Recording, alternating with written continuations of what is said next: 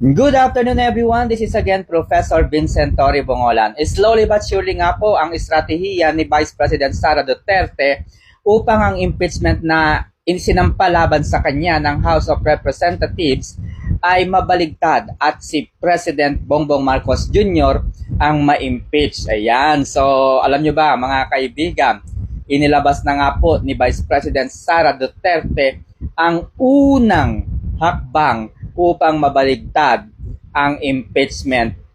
Alright, so sino ngayon ang nalalagay sa alanganin at natatakot? Okay, so napanood nyo na ba si Madam Senator Amy Marcos na nagsalita kanina? Alright, so ano pong sabi niya Madam Senator Amy Marcos? Ang administrasyon daw ay tumututol sa impeachment ni Vice President Sara Duterte. Ano ang dahilan? Bakit tumututol ang administrasyon sa impeachment ni Vice President Sara Duterte? Ang sabi po ng Senator Amy Marcos, baka natatakot sila. No? Baka natatakot sila. Imposible, 'di ba? Na magiging ganito yung kanilang sagot sa mga nangyayari ngayon sa impeachment trial na inaasam-asam ng mga kongresistang nagsusulong para maalis sa landas nila si Vice President Sara Duterte. Okay, 'di ba?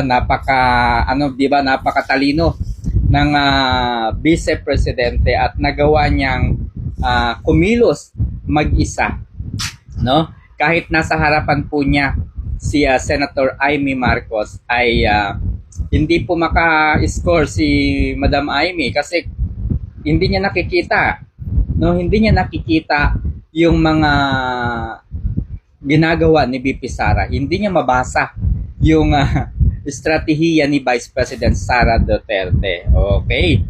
So, pagdating po sa ebidensya laban kay President Bongbong Marcos Jr., napakarami pong ebidensya na maaaring ika-impeach ni President Bongbong Marcos Jr. Betrayal of public trust, isa na po yan. Plunder, and yung iba pang mga bagay na kung saan ay pagtalikod, no? O hindi po pagsunod sa mga batas. Maalis lamang sa kanilang landas ang mga Duterte. Ayan, very obvious po yun mga kaibigan. Hindi na kinakailangan pa ni VP Sara, no, na maglatag ng mga ebidensya, humanap ng mga testigo laban kay President Bongbong Marcos Jr.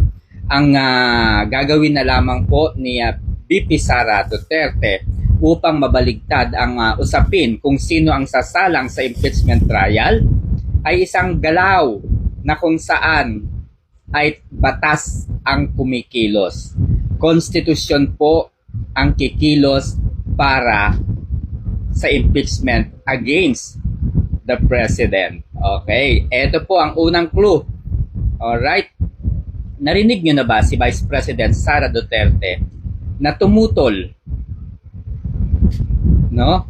Na tumutol sa impeachment trial laban sa kanya? Narinig niyo na ba siya na, oy, wag niyo akong i-impeach? Narinig niyo na ba si VP Sara nagsalita ng ganyan? Hindi po. No, hindi po. Bagkus sabi nga niya, nakahanda na ako sa impeachment trial. Dalawa lang yan yung magiging resulta niyan. It's either conviction or acquittal. Pero isa lang ang masisiguro ko. It will be a bloodbath impeachment battle. May bloodbath. Yan po yung kanyang sinabi. May bloodbath. Okay. Eto na nga mga kaibigan. Isa munang tanong.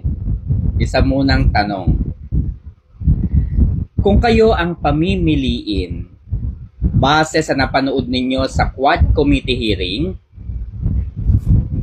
at base sa napanood ninyong Senate probe, ni Senator Amy Marcos kaugnay sa pagkakaaresto kay former President Rodrigo Roa Duterte.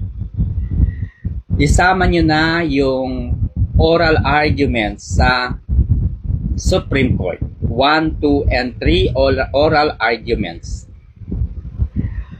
Yung mga inilatag nilang mga pagkakasala ni VP Sara Duterte sa Quad Committee, balansehin po ninyo doon sa mga pagkakasala ni President Bongbong Marcos Jr. na expose through the Senate hearing na isinagawa ng chairperson on Committee ng Foreign Relations na mismong kapatid po niya ang nagsagawa. Alright. So nalaman natin, marami tayong natuklasan sa Senate probe. Wala po silang maisagot. Okay, kundi panay kasinungalingan yung nalaman natin. Even doon sa oral arguments sa Korte Suprema, nakita natin, napanood natin, na hindi man lamang nakasagot ang Solicitor General na si Attorney Menardo Guevara na para bang lumabas na wala siyang kaalam-alam dahil hindi niya magawang ipagtanggol ang isang mali, ang isang baluktot at isang krimen na ginawa ng administrasyon. Ano-ano itong mga krimen na ito? Paglilipat ng pondo mula sa PhilHealth patungo sa National Treasury. Paglilipat ng pondo mula sa PhilHealth patungo sa mga iba't ibang peace and order projects ng gobyerno. Tandaan natin, pakinggan ninyo muli yung naging usapin sa Korte Suprema. Ang pondo ng PhilHealth ay nakalaan sa pangkalusugan. Hindi pwedeng gamitin ito sa ibang pamamaraan, gaya ng peace and order. Hindi lamang yan. Nalaman natin ang mga pondo na kung saan ay dinala sa National Treasury, SSS, Pag-ibig, Land Bank, Development Bank of the Philippines, DOST, Pag-asa, GSIS, at iba pang ahensya ng pamahalaan ay tinanggalan ng higit 50 million pesos at dinala sa National Treasury. Mga blanco sa Bicameral Committee Report na hindi nila maipaliwanag. Ang Bicameral Committee Report ay dumaan sa malalim na proseso hanggang sa ito po ay ganap na pirmahan ni President Marcos Jr. Sa 2025 National Budget or 2025 General Appropriations Act nakapaloob ang isang malaking krimen, plunder, and malversation of public funds. Sapagkat mayroon pong insertion na nagkakahalaga ng 241 billion pesos. Ang insertion na ito ay nakalagay sa isang proyekto na hindi pa malinaw kung anong proyekto ito. Gaano katagal ang proyekto na ito. Nakalagay din sa 2025 General Appropriations Act ang pondo na 1.1 trillion pesos sa Department of Public Works and Highway. Mayroong mga kongresista na mayroong proyekto sa DPWH na 2 billion. Sino kaya yung kongresistang iyon? Hindi lamang yan, mga kaibigan. Maging ang interview ng Billionario.com kay DILG Secretary John Vic Remulla revealed that the President is one of the core member para maipatapon sa ICC si former President Duterte. So, timbangin ninyo yung mga ebidensya na yan kay Vice President Sara Duterte at kay President Bongbong Marcos Jr. sino yung mas